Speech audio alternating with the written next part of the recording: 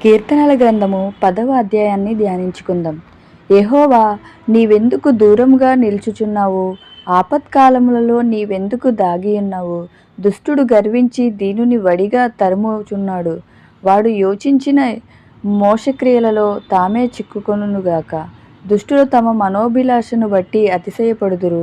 లోబులు యెహోవాను తిరస్కరింతురు. దుష్టులు పొగరెక్కి యెహోవా విచారణ చేయడనుకొందురు. దేవుడు లేడని వారెల్లప్పుడూ యోచించుదురు. వారెల్లప్పుడూ భయము మానుకొని ప్రవర్తింతురు. నీ న్యాయ విధులు ఉన్నతమైనవై వాని దృష్టికి అందకుండును. వారు తమ శత్రువులందరినీ చూచి తిరస్కరింతురు. మేము కదల్చబడము, తరతరముల వరకు ఆపద చూడము అని వారు తమ హృదయములలో అనుకొందురు.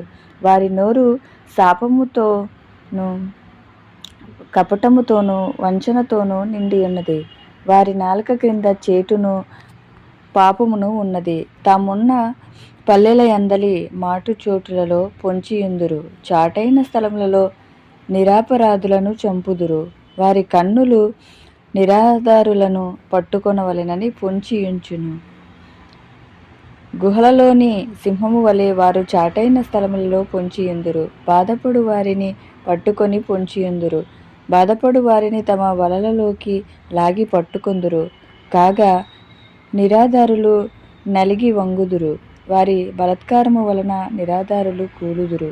దేవుడు మరిచిపోయెను, ఆయన విముఖుడై ఎప్పుడునూ చూడకుండును అని వారు తమ హృదయములలో అనుకొందురు. యెహోవా, లెమ్ము, దేవా, బాధపడు వారిని మరవక నీ చెయ్యి ఎత్తుము. దుష్టులు దేవుని తృణీకరించుట ఎలా? నీవు విచారణ చేయమని వారు తమ హృదయములలో అనుకొనుట ఎలా? నీవు దీనిని చూచియున్నావు గదా. వారిని ప్రతీకారము చేయుటకై నీవు చేటును పగను కనిపెట్టి చూచుచున్నావు. నిరాధారులను తమ్మును నీకు అప్పగించుకొందురు. తండ్రి లేని వారికి నీవే సహాయకుడవై ఉన్నావు. దుష్టుల భుజమును విరగగొట్టుము. చెడ్డవారి దుష్టత్వము ఏమీ కనబడకపోవు వరకు దానిని గూర్చి విచారణ చేయుము. యెహోవా నిరంతరము రాజై ఉన్నాడు. ఆయన దేశములలో నుండి అన్యజనులను నశించిపోయిరి.